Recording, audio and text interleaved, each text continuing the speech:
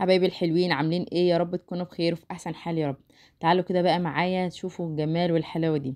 شتا يعني مخبوزات حاجه كده تدفي البيت. هنعمل كده مع بعض ترسة الافران باسهل طريقه.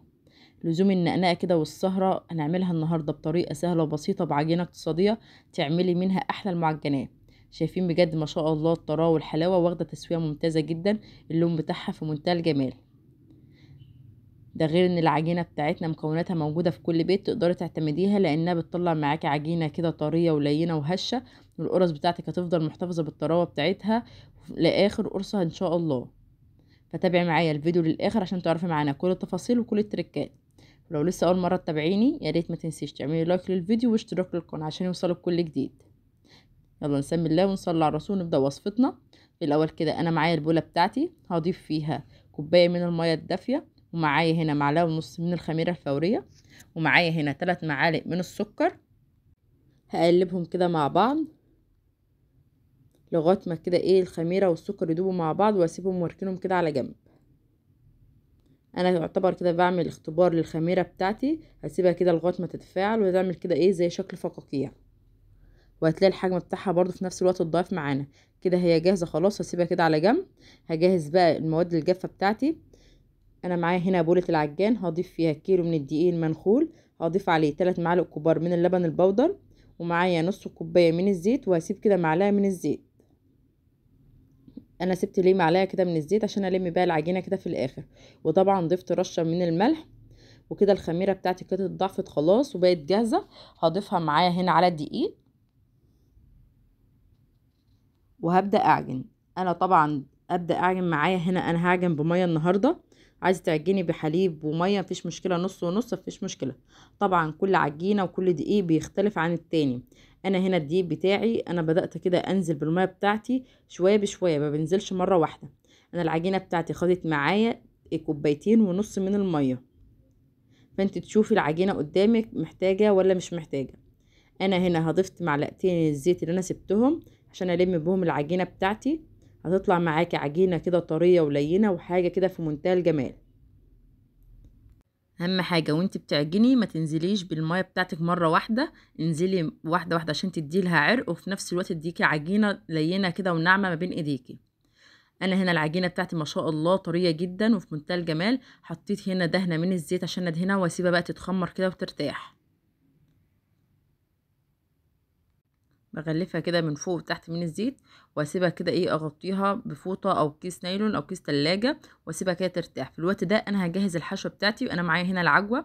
معايا نص كيلو من العجوه عليهم معلقتين من السمسم. ومعلقه كبيره من السمنه. انا هنا بضيف السمنه عشان تخلي العجوه بتاعتي طريه. حتى لو بعد التسويه ما تنشفش معايا تفضل محتفظه بالطراوه بتاعتها. هبدا كده بقى ايه اعجنهم مع بعض وادخل كل المكونات دي كده مع بعضها. عشان تكون معايا بالشكل والجمال ده. كده خلاص العجوه بتاعتي جاهزه. هبدأ بقى كده ايه اخد قطعة من العجوة وابدأ اشكلها. هبرمها كده ما بين ايديا واجهزها بحيث ان انا لما اجي اشتغل في العجينة بتاعتي تكون العجوة بتاعتي جاهزة.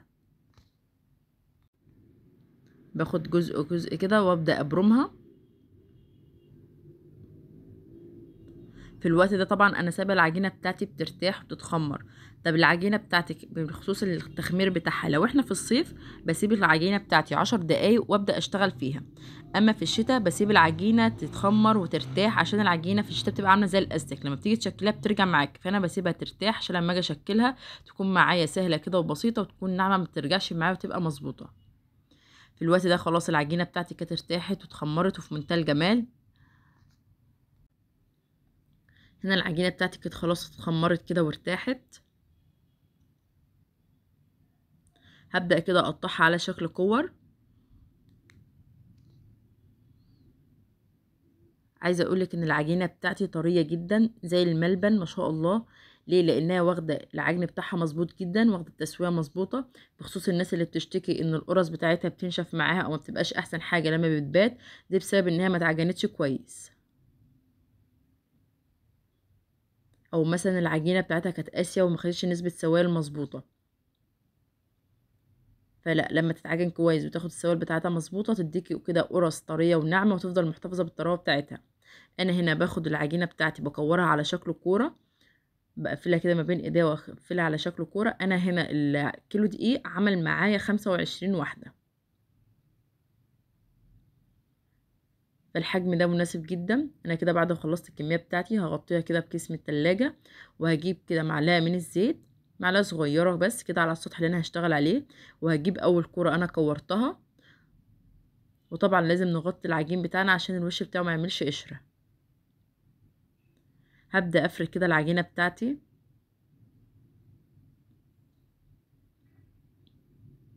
وهي اصلا هتلاقي العجينه بتاعتك بتتفرد معاك بكل سهوله. هجيب كده العجوه بقى اللي انا مجهزاها، هبدا كده احطها وابرم كده واقفلها، وانا بلف كده هقفل كويس معايا.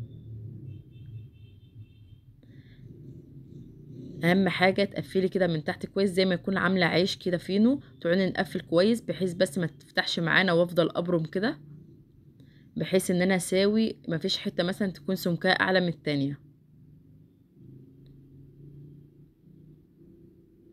بعدين هاخد بقى الطرفين كده على بعض واقفلهم. اهم حاجه تقفلي الطرفين كويس جدا عشان ما تفتحش منك وقت التخمير.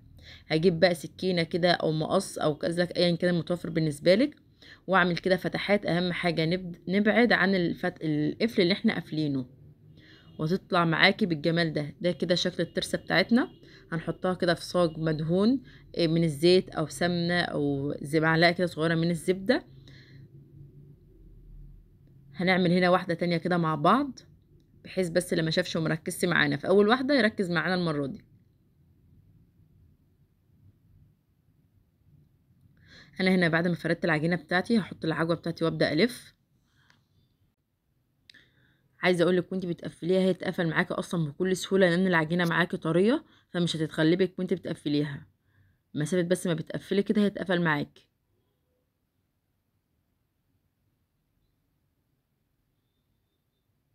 يا رب بس الفيديو يكون موضح كل التفاصيل.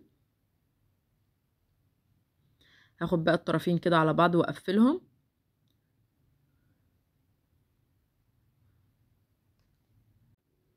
اهم حاجه نقفل كويس جدا. هنبدا بقى نعمل هنا الفتحات بتاعتنا ونرصها كده ايه جنب اختها. هنكمل بقى كل الكميه بنفس النظام، وهسيب الكميه بتاعتنا بقى تتخمر كده في الصاج بتاعها.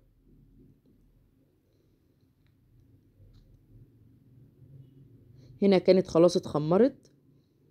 في الوقت ده هنبدا ندهنها بقى. انا هنا هدهنها بمعلقتين من الحليب. تقدري تدهنيها بصفار بيضه ومعلقتين من الحليب ورشه فانيليا، او تكتفي زي ما انا عملت كده ايه. انا بس اكتفيت بمعلقتين من الحليب، وممكن تدخليها الفرن من غير ما تدهنيها اي حاجه، بس انا كنت عايزه اديلها بس رشه كده من السمسم، فاكتفيت بمعلقتين من الحليب. في الوقت ده الفرن بتاعي سخن جدا على درجة حرارة 200. في تاني رف من تحت بدخل القرص بتاعتي. اول ما بتاخد لون من تحت بشغل لها الشوايه، بتاخد لون دهبي حلو جدا وبتطلع معانا بالجمال والحلاوه دي. اول ما بتطلع بديلها كده بخه من الميه، بتحافظ على طراوه القرص بتاعتك، واغطيها كده بتطلع معايا في منتهى الجمال. بتبقى طريه كده وبتحتفظ بالطراوه بتاعتها، حتى لو تاني يوم بتفضل في نفس يعني ايه الطراوه اللي هي فيها، كأنك لسه خبزاها. عايزه اقولك ان التسويه بتاعتها ممتازه واخده لون حلو قوي. عايزه اقولك ان الوصفه سهله وبسيطه، اتمنى تجربيها لانها تستاهل بجد التجربه. ويا رب اشوفكم كده في فيديوهات تانية جديده، وبألف هنا على اللي هيجربها. ويا ريت ما تنسيش تعملوا لايك للفيديو واشتراك للقناه عشان يوصلك كل جديد.